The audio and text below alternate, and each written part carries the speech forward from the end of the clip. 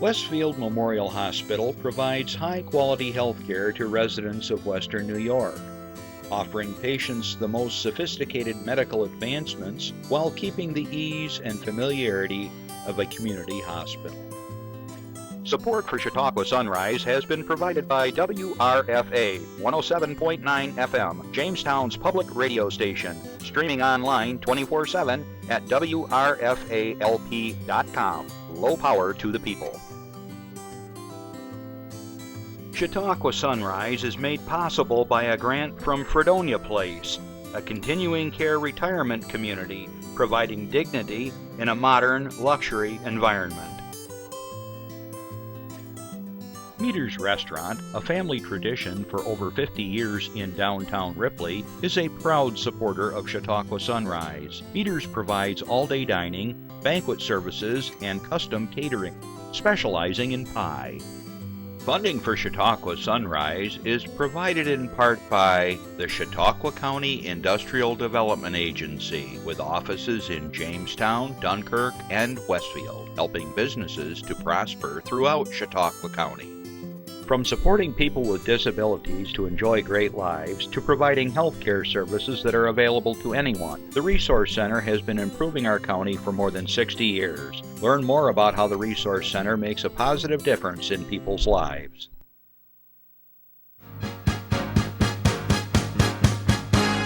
From the Access Chautauqua Studios in Mayville, it's Chautauqua Sunrise. Chautauqua Sunrise is hosted by Doc Hamels and supported by the award-winning volunteers at Access Chautauqua.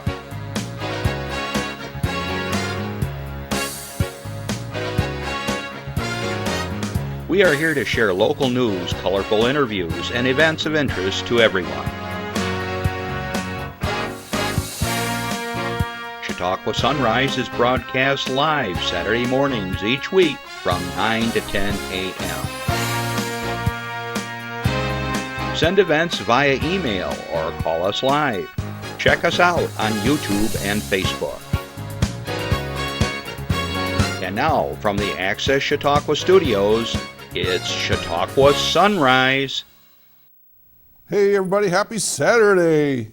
And this is an absolutely gorgeous Saturday morning. If you need more than what's out there right now, I don't know what to tell you. It's the sun's coming up. It's clear skies. It's a nice dew on the grass. Smells great out there. This is my type and time of year. It's just gorgeous out there. I know we're supposed to get maybe a little rain tomorrow, so today would be a great day to get out and do whatever it is you need to do. Enjoy everything that Chautauqua County has to offer. Just awesome out there. Okay, good morning everybody, wherever you are in the world, and good afternoon for those that are watching us somewhere else.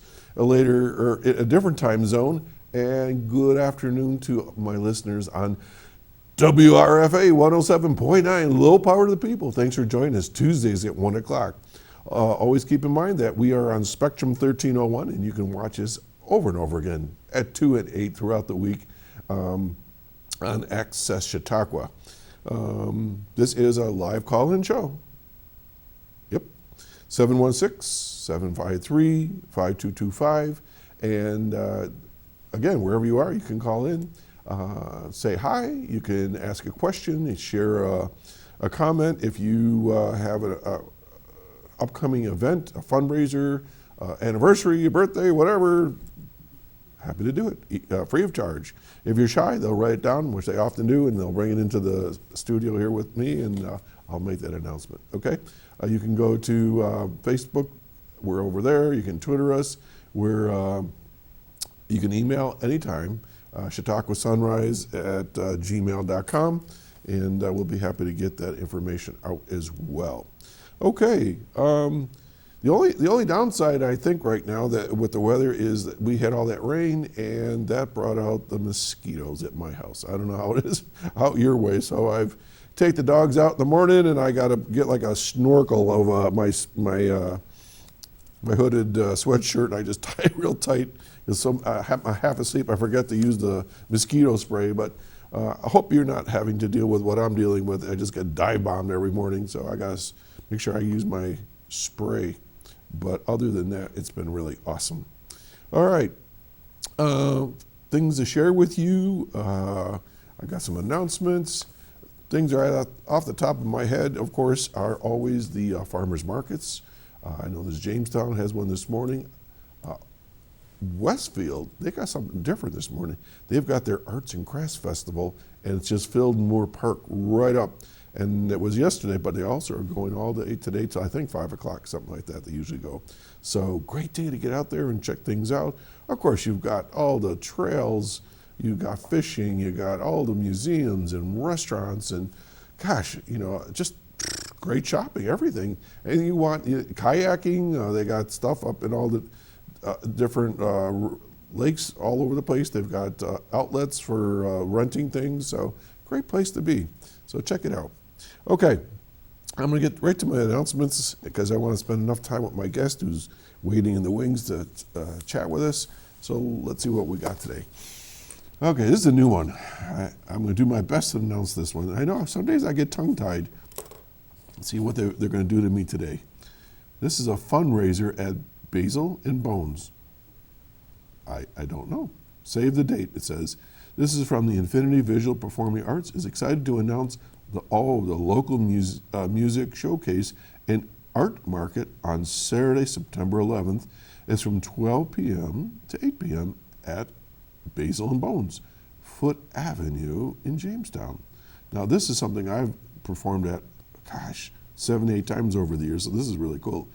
The local music showcase and Infinity's annual art market are two of Infinity's biggest annual fundraisers. Both events were canceled, of course, in 2020, but with some creative problem solving, the Infinity team is thrilled to have found a new fun way to bring both events back to our community this year. Dubbed as the Night Music Reigns, Infinity's local music showcase traditionally takes place throughout multiple venues in downtown Jamestown and features more than 40 local musical acts. Infinity's annual art market features more than 20 local artists and crafting vendors. This year, due to the COVID-19 restrictions, Infinity is combining the two events into an outdoor, single-location fundraising event that will feature Basil and Bones food, live music, art and craft vendors, performance artists, live Infinity and Pearl City Clayhouse classes for community members, and other family-friendly activities.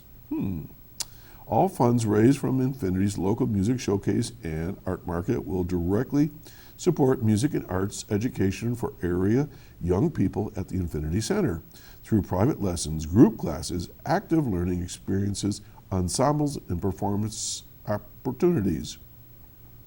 The generosity of Basil and Bones has allowed for this collaboration to happen. Jess Ramsey, owner of Basil and Bones, says the following: "We are excited to work together with Infinity in their fundraising efforts. Basil and Bones is always looking to work together with local organizations that have the very best interest in developing the youth in our community." All right, so Infinity's executive director, our good friend Shane Hawkins, says, "We are so excited to reimagine these two important events with Basil and Bones' help. Their location is fantastic, and we are so grateful to see so many local musicians and artists come together on this day to raise money for the future musicians and artists. Our community has an incredible number of talented artists and musicians. Their interest and support of Infinity's mission to provide an environment where young creatives can grow, learn, and lead through active participation in the visual and performing arts has been amazing over the years and has never been more important than it is now. The past year and a half has been challenging for everyone. We can't wait to gather and celebrate music, art, and creativity with our community." You can find out more about this on their Facebook page, and there's pre-sale tickets and so forth. We'll be talking about this more, I'm sure. And remember, Infinity is a music and arts education performing arts center that offers private lessons, group classes, and so forth. If you want to know more information about them, give them a call, 664-0991, 664-0991. And I got to tell you, it is truly an honor to have participated in that whole project over the years because, well, gosh, we feel that the older musicians kind of are passing the baton or a guitar or drumstick, whatever, down to the younger folks, and they need some help to learn their instruments and so forth. So anyways, it's just really a cool event. Okay, let's move on. This is Rodeo Week at the Gary Rodeo starting Wednesday through, I think, Saturday. Okay, and this is what they're letting us know. Dinner is served. We didn't get to talk about this last week. We were talking about so much about wrestling cows and bronco riding and all that stuff. We forgot all about the food. So they want to make sure that I talk to you about that today. So here we go. If you ever get frustrated with making out your weekly grocery list, try to imagine what head chef Bruce Gustafson faces as he prepares his order for the more than 3,000 dinners that he and his crew will serve over 4 days next week as part of the Gary Fire Department's 76th annual rodeo, August 4 through 7. Heading his list of more than 100 different items are 4,500 pounds of beef, 1,800 pounds of potatoes, 80 gallons of corn, 120 pounds of cottage cheese, as well as 64 gallons of tomato sauce and 250 pounds of sugar to be used in creating the secret recipe, barbecue sauce. The list goes on to include the vegetables for the tossed salad, ice cream, dinner rolls, serving trays, napkins, coffee cups, and many more items that are necessary to make the dinners possible. This list also includes the supplies for the concession stands, including hot dogs, hamburgers, the rolls, the french fries, the condiments, fried dough, and drinks by Pepsi. Wow. Now, the dinners are served from 5 to 8 p.m. each day, Wednesday through Saturday. Bruce says that everyone is aware that food prices have gone up, especially for beef, and the food bill for the rodeo was increased, of course, this year by approximately $3,500 overall. He adds, however, that the dinner price has increased only $1, which still makes the rodeo dinner a bargain as it includes the barbecue beef with sauce and the kettle brown potatoes with gravy. Are you getting hungry yet, Justin? Corn, sauce salad, cottage cheese roll, ice cream. I'm salivating here, and a beverage with no tax or tip.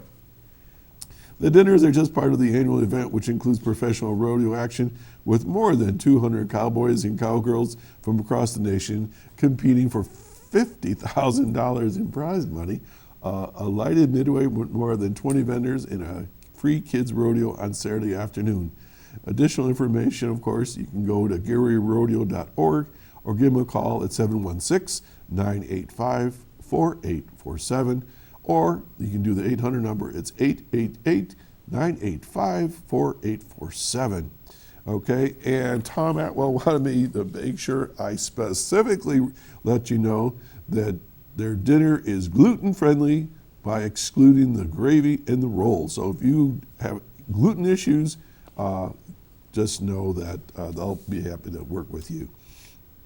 Okay, and then Thursday night is military and first responder night. $10 off. Show ticket must be purchased at the rodeo office with a valid ID. So that's Thursday for military and first responders. And then on Saturday, this is free. The Saturday Kids Rodeo, ages 3 through 8, begins at 4 p.m. and registration at 3 p.m. So they have a little special thing going on for the kids before the main rodeo. Paul Cooley was very, very nice to offer that I could participate in the steer wrestling, and if I wanted to, he would arrange that I could try it out. I passed. Okay, no way. So if you didn't catch that show, you can catch it on YouTube. It's out there forever and ever, but it's a great event for 4 days, and I highly recommend you look into that.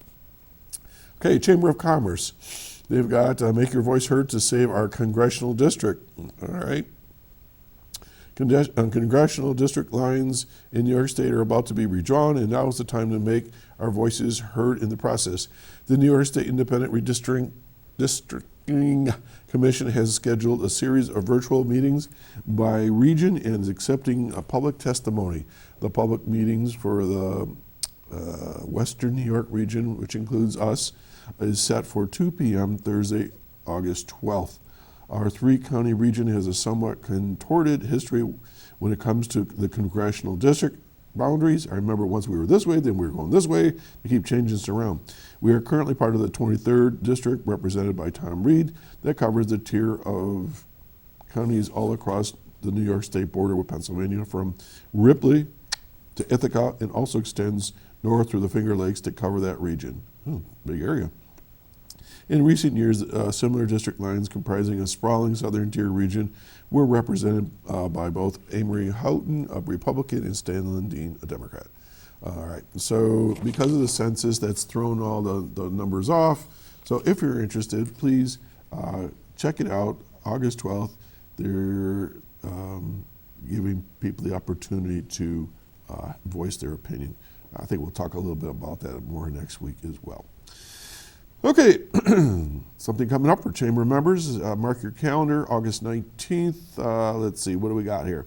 Once again, this year's Chautauqua County Chamber of Commerce will present its annual golf tournament at Peak and Peak Resort and Climber. The event will begin at a shotgun start at 11 a.m.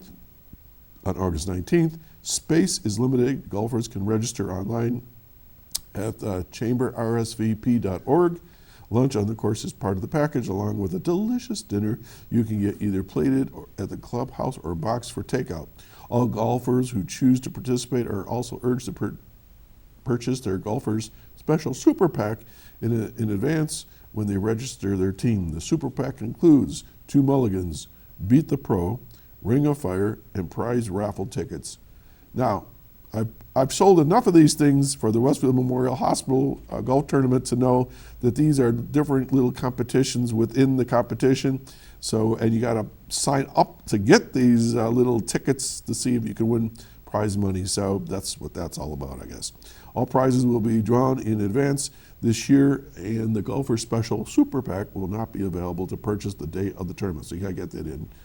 And this is being sponsored by all kinds of folks all across the area. So that's the Chamber Golf Tournament on August 19th. If you're not doing anything later this week, on Friday, it's First Friday in Westfield, the first Friday of each month during the summer. And the next one is coming up the 6th of August in the Village. These popular events are organized by the Westfield Barcelona Community Chamber of Commerce and create a street fair each month on Main Street in Westfield, featuring live music, kids' games, wine, food, vendors, and a whole lot more. The event runs from 5 to 8. All are welcome, and it's free of charge. Just a fun time to get out there and do something with your friends. I have played for that over the years. I have walked through it over the years. It's a great time. August 6th, first Friday. Okay, friends at the Chautauqua County IDA want us to know the following. The Chautauqua Region Economic Development Corporation, the umbrella organization of the Chautauqua County Partnership for Economic Growth, the other day, authorized the acceptance of a 3-year, $1.05 million grant from the Ralph C. Wilson Jr. Foundation. That's big money. The grant award is the largest financial commitment to date. It will extend and enhance the group's administrative and project development capacity while dedicating the majority of the funding to implement priority projects in alignment with the county's recently completed Economic Development Strategic Plan. This flexible funding pool is designed to provide critical local matching dollars for catalytic economic and community development projects seeking funding from a multitude of local, state, federal, and philanthropic sources. I had to catch a breath to say that one. Philanthropic. Co-chair Mark Geis, who is also the Deputy County Executive for Economic Development and CEO of the County of Chautauqua's IDA, says, "I'm extremely grateful to the Wilson Foundation for this funding commitment, and I'm very pleased to see all our collaborative economic development strategy come to fruition." Now, the Ralph Wilson Jr. Foundation appreciates and recognizes the years of hard work and collaboration in Chautauqua County that has led to a common vision and an innovative platform, which is to drive a new model of economic growth. The new project, leveraging funding from this group, will support the implementation of priority projects in the coming years with a laser focus on raising quality of life across the entire county, says James Boyle, Vice President of Programs and Communications at the Ralph C. Wilson Jr. Foundation. Pretty darn cool. Over $1 million to help economic growth. Good for you guys. And then a quick one here. The IDA also approved incentives for the Hideaway Bay Resort up in Silver Creek. And it's one step closer. According to Mark Geis, again, this new resort will be situated on the 3.6-acre former Hideaway Bay restaurant site on Lake Erie and Walnut Creek in the village of Silver Creek. The developers are using an active and healthy living design that showcases the natural beauty along with world-class recreation, fishing, and bird watching opportunities. It will feature 10 waterfront cottages, a restaurant bar, and an event space, and 4 seasons of diverse world-class active and passive recreation opportunities. Woo! I had to catch what page I was on. The cottages or glamping units will have high-end decor, private patio space, and stunning waterfront views. Sign me up now. A new 2-story event space will be designed to host events such as weddings and retreats with upper and lower patios and indoor and outdoor full-service bar. Sounds awesome. Let's see. Chautauqua County Executive P.J. Wendell says the following: I commend Mark Geis and the IDA team for their laser focus on Chautauqua's upward trajectory despite the recent pandemic. Our comeback thus far has proven to be greater than our setback, and this new development is a notable step forward for our local economy. Wow, things are happening here. And finally, we got a slide for this. Town of North Harmony Asheville Fire Department is going to have an open house today. It's a chicken barbecue open house from 12 to 4 p.m. The day's activities includes tours, music, medevac helicopter, raffles, and chicken dinners for $15 and a whole lot more going on. Come on down for a good time and support your local government and fire department. Folks, that's all I got for now, but that's how it works. We're going to be right back. Stay tuned. I know what you're thinking. I need a job. I need a new career. Well, I've been there. I've been there. I've been there. I wasn't happy with what I was doing. After high school, I didn't have a plan. I just wanted to start working. I got laid off twice, but you gotta keep going. You just need the right skills. Find an apprenticeship. I found a 2-year IT program. I found a medical course online. I'm now a consultant in the tech space. You have more options than you think. You can do this. You will find something. You will find something new.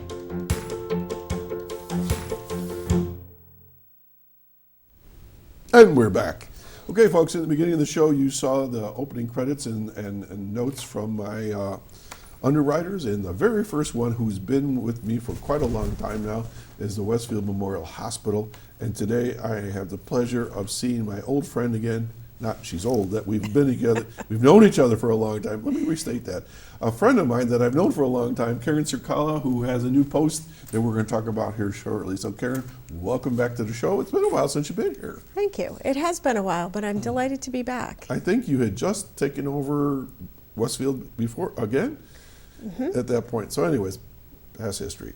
So Karen, I read in the paper that you've got a new title. Now, I've heard of the titles of CSO, which I was, as Chief School Officer. I've heard CEO, Chief Executive Officer, CFO, Chief Financial Officer, but I've never heard of a COO. So what does that involve? So I am the Chief Operating Officer for both Westfield Memorial Hospital and St. Vincent's Hospital in Erie, Pennsylvania. Whoa. And the Operations Officer really takes care of the things that are non-clinical. So if you think about all the things it takes to run a business or an industry, especially healthcare, it's, EVS, environmental services. Are we keeping the place clean and tidy? Facilities management. So I'm learning a lot about boilers and air handlers and air conditioning units. I understand exactly what you're talking about. Yeah, so, and the stress that the heat this summer is putting on all of those things. So I oversee security and other services, food nutrition, things that keep the hospital running, keep the patients safe, and provide support to both the caregivers and the patients in both hospitals now. It's really the envelope, right? Yes. The thing that goes all the way around what's going on inside. You know, and we forget about that. You're sort of like behind the scenes all the time. You know, you said boilers, and I had to laugh because my various administrative posts, like at bow season when I was at Ripley and so forth, is like there was always that, well, what are we going to do if the boiler goes down? I learned more things about plumbing and electrical than I ever chose to get involved with. Karen, you've got a great story, and I'm going to ask you to tell it again. Where did you start with the hospital to today? Because I think it's fascinating. Sure. Well, thank you. I started actually when I was going to college. I got a part-time job at St. Vincent's working in the cafeteria, and I was the cashier in the cafeteria and worked in that role for a number of years. And then as I completed my degree in a somewhat non-traditional fashion, going to school at nights and on the weekends instead of Monday through Friday, I moved up in the ranks and was able to do some marketing and some business development for the hospital.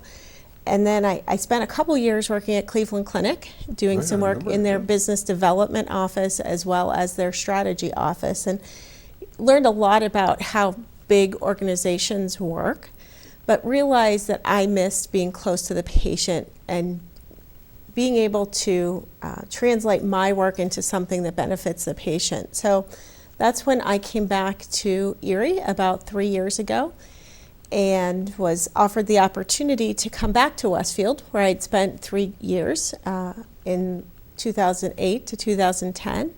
So I said, sure, why not? I love the community, I love the people. It's truly a family oriented facility, and we love taking care of the communities we serve. So what better could I do than to be aligned with that community? So I came back here in mid-2019, not knowing what was to face us going into late 2019, 2020 and on. Mm-hmm. Well, super. Well, congratulations on your appointment. Thank you. I know that when I was involved with the board of directors there, we always had nice chats, and I know you were definitely looking out for the welfare of the hospital and the staff and the communities. In general, what would you say is the area that Westfield covers? Because anybody can go to the hospital, right? Absolutely, yes. And we are trying to broaden our reach right now, but basically we get a lot of folks from Westfield, Ripley, Portland, Brockton, even up to Chautauqua. We service Chautauqua Institution with our clinic. So we get a lot of folks that come down from the clinic, but we get ambulances every day from places like Bemis and Asheville and those more outlying areas in the county, and we're here to serve anybody in Chautauqua County or Erie County, frankly. Erie County, which one? Well, both, but Erie County, PA. I always forget that. But we are here to serve anyone who even maybe is traveling across Interstate 90 and has a need. So we see patients from all over the community. I know that the hospital is over 75 years old because I remember we had a 75th birthday party, but it's been around quite a long time. It has, yes, since the 40s was really when I think the first true building came to pass through the generous donations and the efforts of the Rotary Club at that time. The Rotary and the Masons were two movers and shakers back then, yeah? Yes, so they really brought to light what I would call the new age of the hospital, but I know there was care that existed in the community long before that. Okay, so Westfield Memorial Hospital has a different designation than St. Vincent's or Pittsburgh. So can you tell us a little bit about what its designation is? Because everybody goes back to when it was being looked at very carefully, and there was that study and all that stuff. And I mean, I had people up to about 2 years ago said, they're going to close that hospital? What are you talking about? Because they had heard all these rumors, but it's alive and well, right? It is alive and well, and it's designated as a rural community hospital. And because of that, we actually get special funding from a number of sources at the state and federal government levels. So the hospital is alive and well, and we are actually, over the last year, working hard to keep more patients here. There was a time in our history that the state of New York said, you know, we don't really want you to keep a lot of patients here, but we want to keep access to services local. But let's not keep patients overnight and what have you. And now we're kind of flipping the switch back to where we used to be, where we want to keep more patients here in the local community. It's better for the staff, the patient's family. Yeah. So over the last year, we've implemented a number of services that will help us keep more patients here. We've purchased some equipment that will allow us to keep more patients here. And we have at least 3 or 4 initiatives still ongoing throughout 2021 that will improve the ability to keep patients here in the local community. So I see us sort of turning tides back to where we used to be 2007, 2008. Right. Maybe not all of the services that we had at that time, but certainly we do want to get back to Right. keeping patients here. You know, I've seen this cyclically in every part of our society where we think bigger's better, move services this way, move services that way. But we're sort of come full circle, it seems, on this one. I know that people would say, well, I was born at Westfield Memorial. I had all my children there. But those kinds of services aren't necessarily offered now, or are we delivering babies there? So we are not delivering babies there, and when we look at the number of births in the community, we think it's better for those patients to get to a larger center where they have more resources, more specialty care. You know, no one ever expects to need specialty care when they have a baby, but on occasion it does happen. So we feel it's safer for mom and baby to be delivered at a larger facility. So many of our patients go into St. Vincent's. We do have we have physicians who care for moms while they're pregnant at the hospital, and they see them on an outpatient basis. But what we do is, try to encourage them to go into Erie to St. Vincent's to deliver their baby. Super. So there's a direct line now. Obviously, you mentioned you work at both places, but the Westfield and St. Vincent's are hooked together, right, more or less, without going into great detail how that all works, but they're one Yes. system now. They are one system now, and that provides a lot of benefits for Westfield Hospital. The one thing that I think is most important in this community, and that I really promote quite a bit, is the fact that we have board-certified emergency medicine physicians working in our ER. So it's really the highest level of physician care that you can get.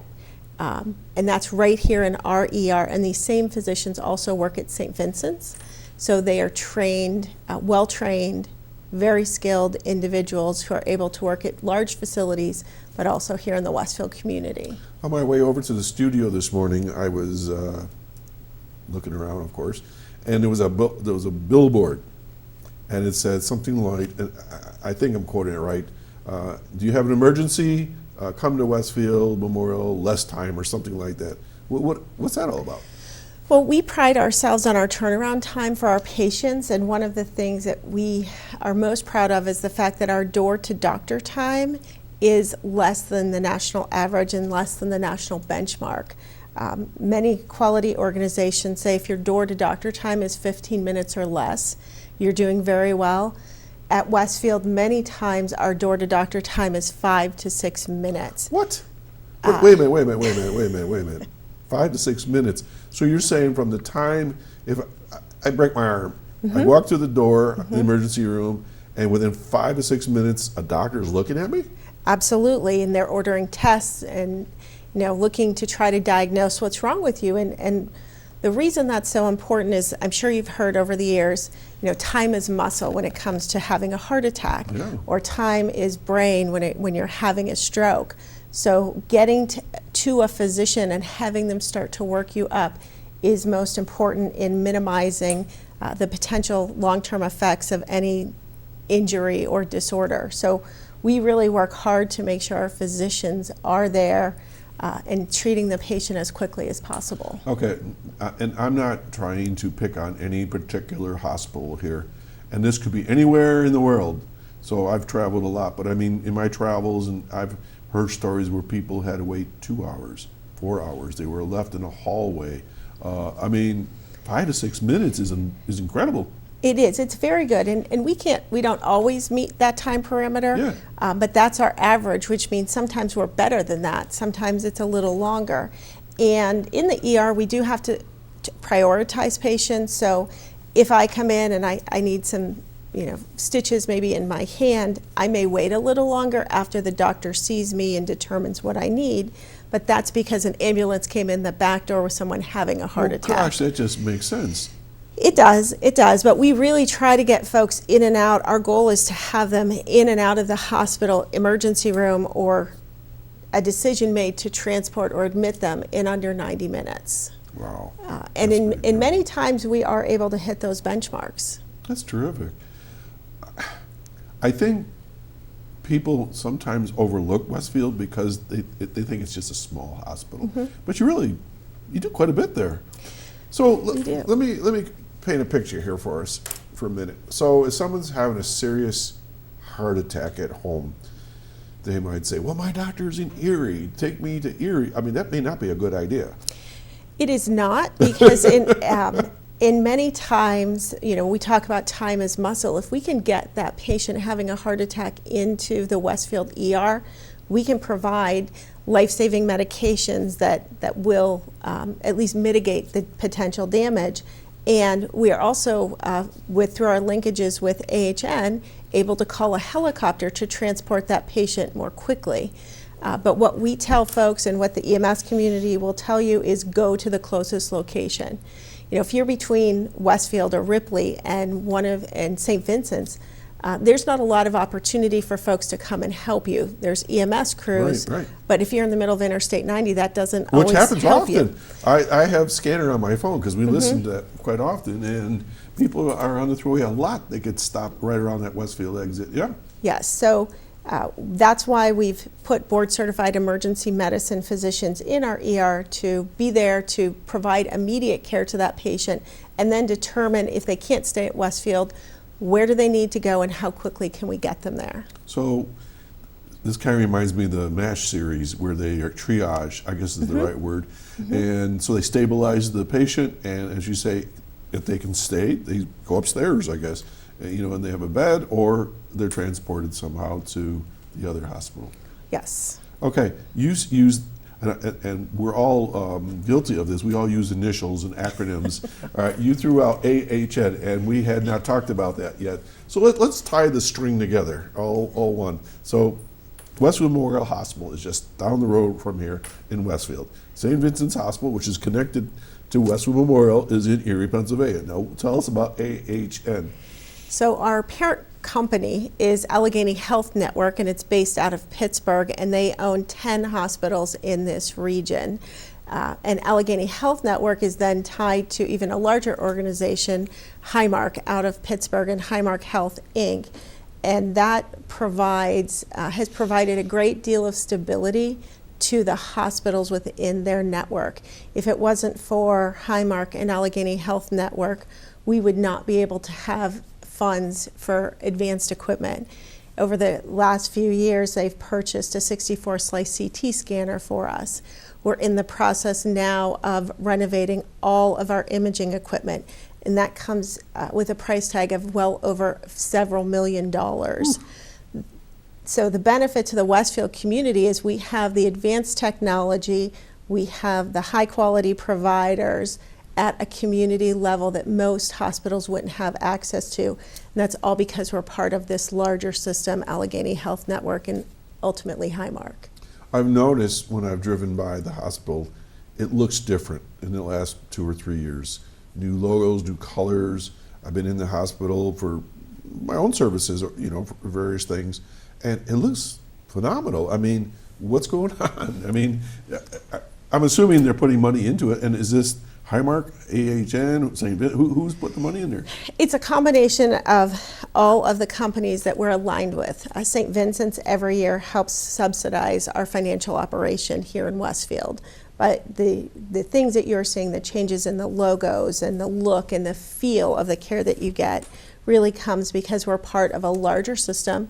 So in some cases, you could be at Allegheny General in Pittsburgh and see a provider, and the next day someone in Westfield is seeing that same provider in the Westfield community via telehealth, which is something that has really gained momentum in a positive way due to an unfortunate outcome of the pandemic. So our folks, our patients here in the community have access to quaternary world-class care physicians who sit in the Pittsburgh area day in and day out, but they see them just like you would on a FaceTime call on your iPhone.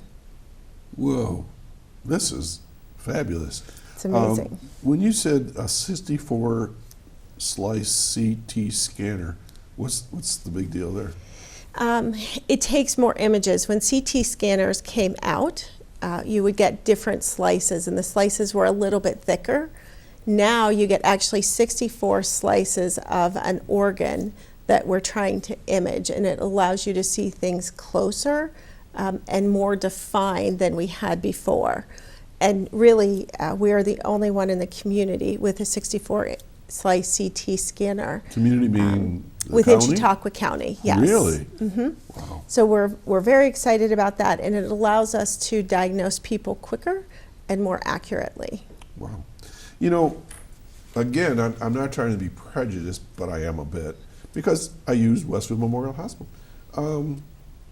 One of the things that's always striking to me, you walk in, it looks good, it smells good, and it's clean. There's no whatever. I've been to other places. Again, I'm not trying to trash anybody, but I think Westfield stands out compared to other ones. And other hospitals are doing the best they can. I understand that. But there's just something about Westfield that just stands out. Am I wrong? Or, I mean, you've seen other hospitals. No, I agree with you, and we've really worked hard, and the team at Westfield understands the connection between having a clean facility and being able to provide outstanding care. So we have a dedicated team of individuals who work hard every day to make sure the hospital is clean, rooms are clean, it's safe, both for our staff and for our patients. And I will tell you, many days I walk through the halls and there's a light scent of Clorox bleach in the air because they're so attentive to keeping the hospital looking clean so we can provide safe and effective care for our patients. Fabulous. I know when it came to COVID shots, we got the call because we were on the wait list and we were promoting all that here.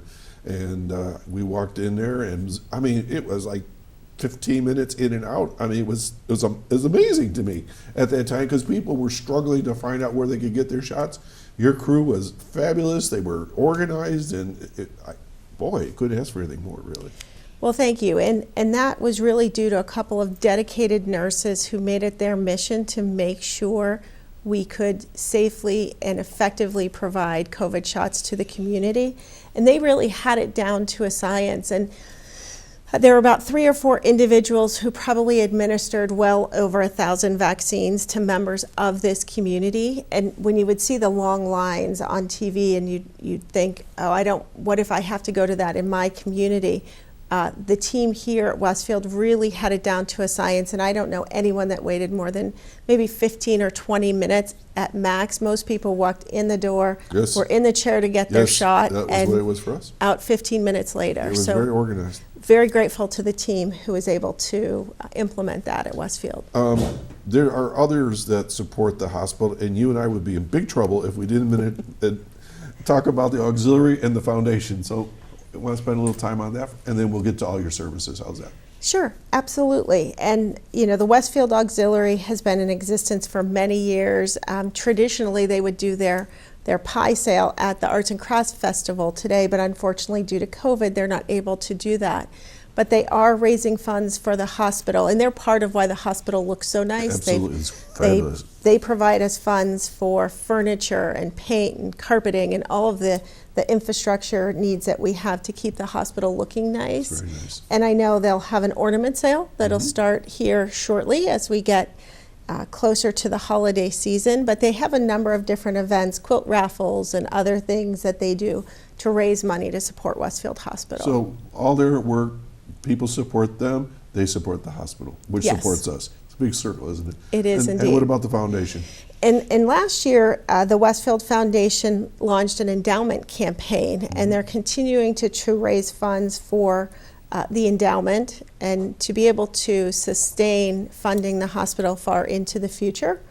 And every year, the foundation gives the hospital probably close to about $100,000 to purchase equipment to keep the hospital up and running. So they purchase a lot of the things, smaller items, instruments for the OR, Yeah. sterilizers or lab equipment, things that really help us continue operations day in and day out. And they've done a great job raising money for the hospital, and anyone can support the endowment at any time. Super. Folks, you're watching Chautauqua Sunrise. I'm Doc Hamels. My guest today is Karen Surkala, who's the Chief Operating Officer for St. Vincent's and Westfield Memorial Hospital. Okay, you can give us a call if you have a question at 753-5225. All right, you mentioned Chautauqua Clinic.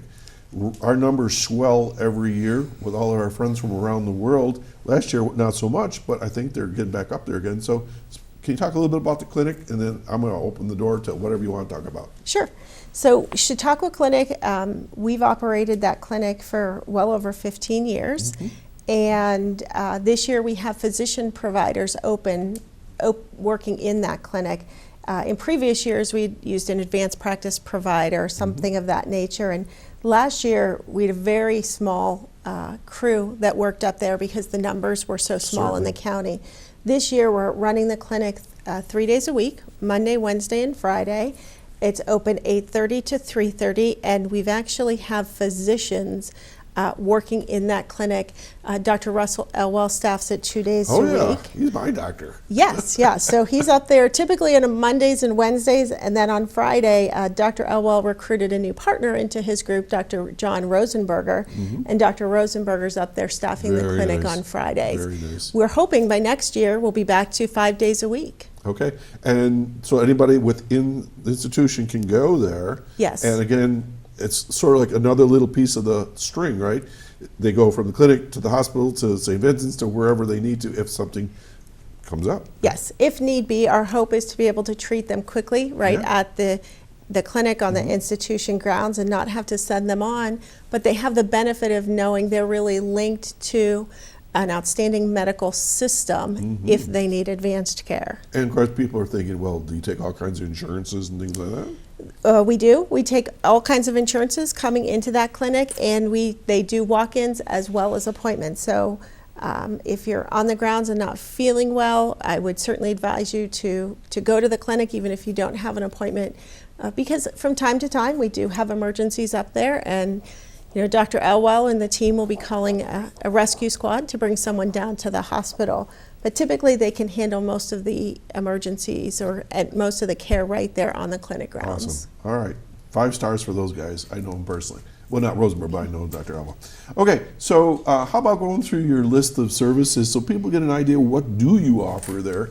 Because we said some of these advanced things, not so much, but what can, talk about telehealth. That was interesting. Sure. So we, in August of 2019, we really started to work on building telehealth services again to allow residents access to outstanding specialists, high quality providers that without having to drive to Pittsburgh, Buffalo, Cleveland, what have you.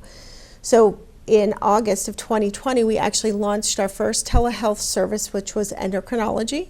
What's that? For patients who have metabolic disorders, diabetics, in thyroid conditions, all can be seen by an endocrinologist.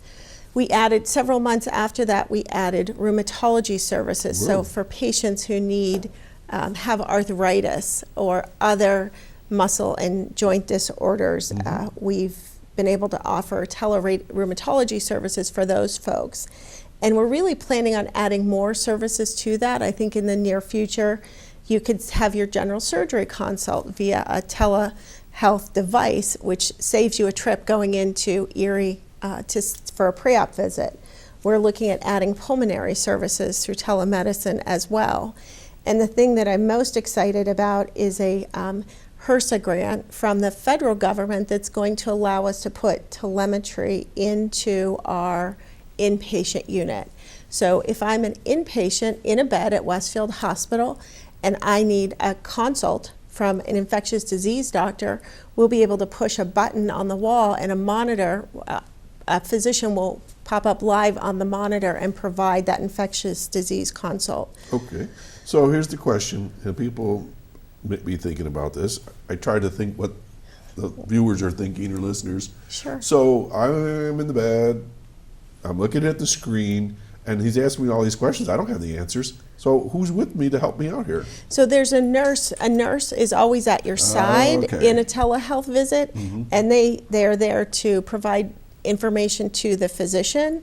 They take vital signs, they may share lab work with that physician, and if the physician says, I need to see how the patient is moving, the nurse is there to assist them up and out of bed. So they can observe So they can observe from afar. Now, also I would assume if there was any blood work, any x-rays, that can be sent via internet to that individual as well? Yes, they would actually have, thanks to electronic medical record, they would have those results right in front of them on their computer.